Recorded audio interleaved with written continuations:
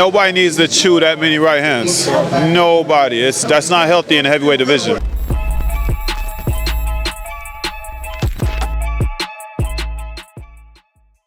Pro boxing fans, we're here in London, a day away from Anthony Joshua versus Daniel Dubois. With me, my guy Jeremiah Milton. Always good seeing you, man. Last time I saw you was in Riyadh, I think, Saudi Arabia. Man, how's things? How's life? Yeah, man, life is beautiful.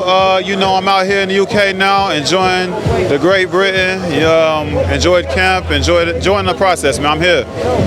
You're one of the guys who is sort of seeing both sides of this fight, Anthony Joshua and Daniel Dubois. Talk to me about AJ first of all. How's the camp been? How's everything been part of AJ's camp? Yeah, you know, they're just professionals, you know what I'm saying? So Josh is just top notch, man. Quality guy. The whole team, they run a tight shift.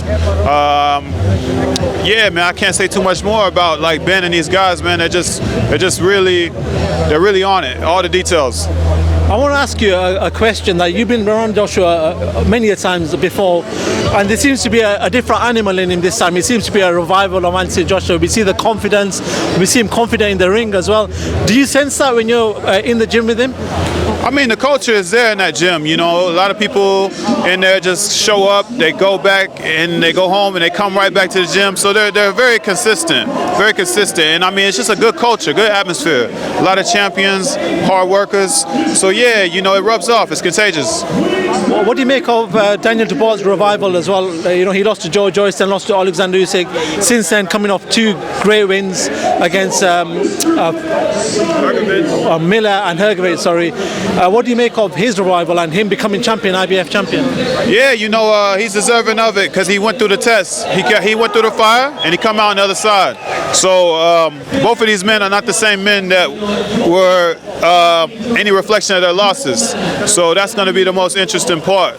You know what I'm saying? Two people that are looking to push their career in another direction. With Daniel Dubois, David Hayes had a bit to say about this fight and said, listen, if he fights the same fight that he fought against Hergovich, because he was getting hit with the right hand a lot, it's going to be a different night for Daniel Dubois against AJ. Do you see it that way, that he maybe needs to tighten up that guard a little bit for AJ? Nobody needs to chew that many right hands. Nobody. That's not healthy in the heavyweight division.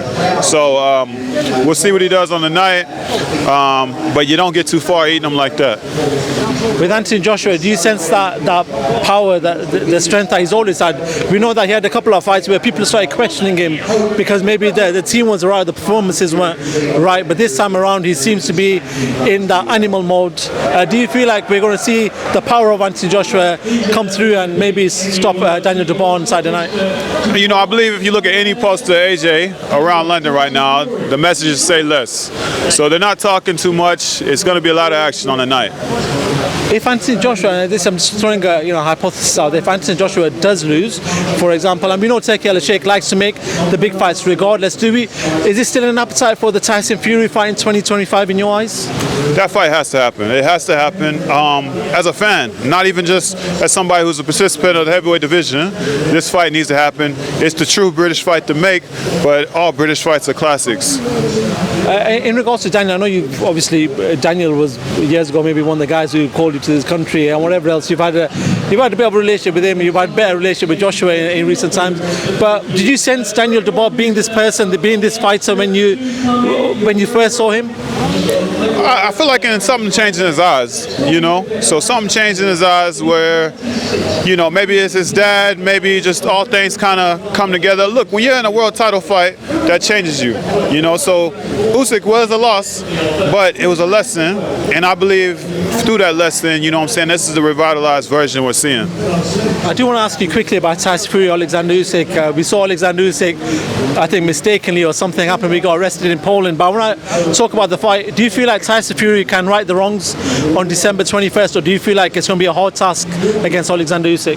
It's always a hard task with Usyk, you know, so he'll have to prepare differently, and, you know, only he knows what happened in his camp, and we're all outsiders on that. So it's going to be a different animal, of course, to get that job done. But if anybody can do it, somebody as skilled as him, I say just don't rely on your skills only, though. You know what I'm saying? Check the little things. Check the little things like you did in the Wilder draw. When he checked the little things, he was damn near unstoppable. So get back to that. Before I let you go, I do need to know the latest about yourself. Well, what's the latest with you? Are we going to hear any news anytime soon? Man, I'm here to make some things happen, man. Forget all the sparring, forget all the camps. You know what I'm saying? I'm not here to spar with these boys anymore. Hey, Joe Joyce, Tony Yoka's about, Justice Hooney's about. Let's see here, who else? Kevin Lorena's about. A name is a name, man. McCauley's about. Hey, you know, don't let Jared Anderson fool you. That was no representation of America. You know, a lot of things go unnoticed. A lot of people go in the dark. So it is what it is. It ain't shit sweet about it. I'm here. Do you feel like Jared Anderson actually overlooked Martin McCauley because maybe physically he just saw him and thought maybe this guy's not in shape? No. Look at Jared Anderson whenever he walked out and he was against Charles Martin. He goes, I'm banging his gloves. Oh, I'm in it. Look at him whenever he was standing in the ring with McCauley. Deer in the headlights. He was lost and he knew what he was up against. Hey, we all watch the heavyweight division. We know Martin McCauley is a contender. But here's the thing. Whenever you're not a puncher and you have no power, you got no tools, look, it'd be like me coming in here starting something with 5 men without nothing on me. You know, you got to keep it with you. Cool. I like that, Jeremiah. Thank you very much for giving us your time. We'll see you fight night and probably after that as well. Thank you very much for talking to Pro Box fans. Top man. Thank you.